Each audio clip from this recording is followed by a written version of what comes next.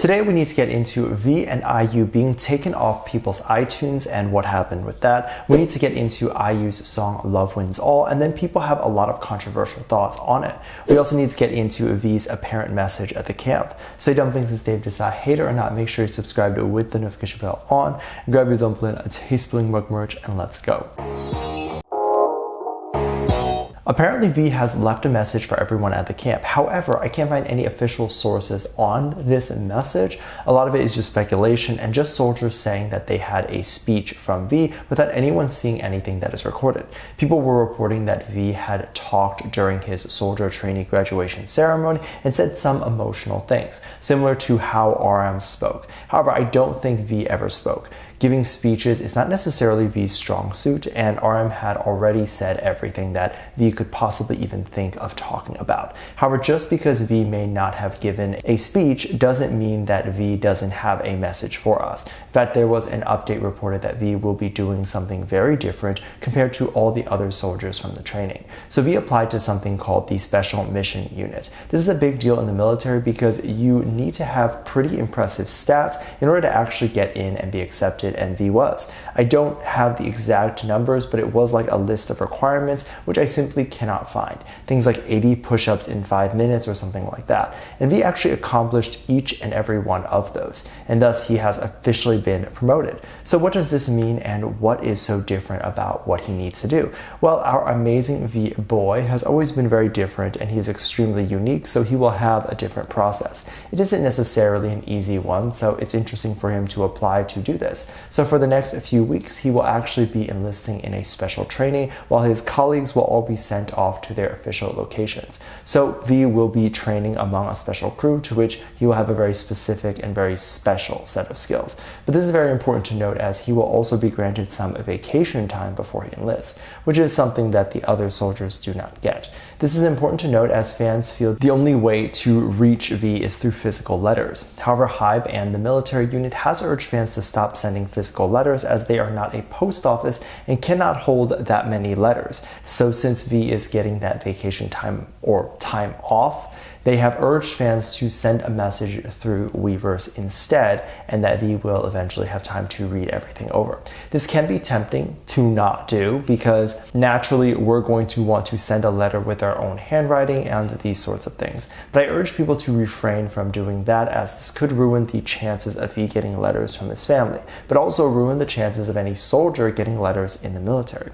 Because if the office gets way too many letters, they're more likely to lose a letter, and that letter could be from a parent of another soldier that hasn't heard from their family in many years. So be careful with those things and try to be more considerate when doing these sorts of things. We always want to try to support our boys, so it's always great when we can extend and help our boys in any way possible. There's recently a song that is supposed to come out in a few days by IU and V, and there's a lot of speculation still on streaming and what is the right way to stream something. There's a lot of people that talk about needing to buy a song on iTunes to support the artist, so that makes sense. This practice has been going on since the beginning of music, but with real albums, now it's different a little bit, as fans are buying these songs online, and then it's believed that if you keep the song, it actually hurts the artist. So where does this idea come from?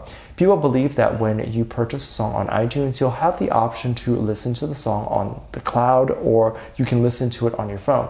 If it's on your phone, the streams and number of streams are not stored anywhere. It's not counted. However, if you stream on the cloud or online, it counts somewhere as a stream, and I think it counts on Apple Music. That makes sense, as they can only count if it's streamed online. So then the fandom came up with this idea that they need to delete their in-phone song so they can only stream online. This is where I find things so interesting, because while I believe that you should support your artist and do things like this, I don't believe you should go wild, and if you don't have an internet connection, do not listen to the song. Bottom line is, if your artist is making good music, which IU, V, and the rest of BTS and the rest of K-pop make great songs, you don't need to sit there and mass stream. The music being good will carry itself. To purposely try to remove music from iTunes or delete things on your phone, it's not the right way to do it. Also, people don't understand this, and they don't understand the point of this. Many people are now deleting the song on the online cloud and just buying the song. Deleting and then streaming on Spotify Spotify or something. In this case, just stream on Spotify. Also, if you look up proof or things like that, there is no hard proof that doing any of these specific things are a result of an artist becoming super successful. I feel like a lot of other fandoms are extremely good at understanding how to stream correctly, but some of our own fandom doesn't always understand, and that's okay because there's a lot of people who aren't used to the idea of streaming for their favorite artists. But this means there will be a lot of errors. So don't do this method. Believe me when I say the best method here is going to just be to stream either YouTube or Spotify. These numbers actually matter a bit more in the grand scheme of things, and labels now have realized how important it is to get songs to go viral on either TikTok, Spotify, and YouTube, that they start making music specifically for that platform as opposed to before. Labels were making music specifically for radio, which we are seeing less and less labels do as more and more artists are making music that they are not censoring their lyrics for, because you don't need to censor anything when making music for the internet.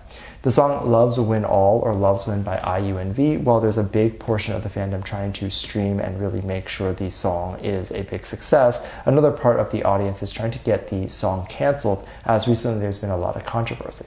Initially, the song was titled Love Wins, and this was extremely controversial. If you're unaware, this particular phrase is something that the LGBT community uses quite often, and it's a phrase that is supposed to represent the fact that love conquers all regardless of gender. However, according to the teaser, it was meant to represent love conquering hate, and that the song was going to be about love and maybe all the drama associated with it. This apparently caused a lot of backlash online as they believed IU was queerbaiting.